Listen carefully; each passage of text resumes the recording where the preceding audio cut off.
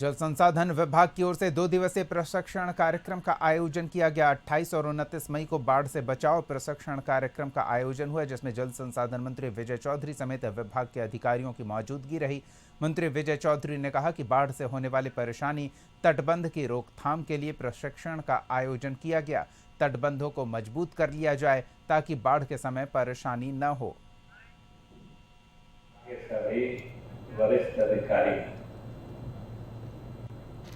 अभी आज की इस बैठक के संबंध में, इसके उद्देश्य के संबंध में और आपसे जो अपेक्षाएं हैं उसके संबंध में आपको आपके अभियंता प्रमुख महोदय ने और उससे अधिक विस्तार से आपके प्रधान सचिव महोदय ने आपको बताया।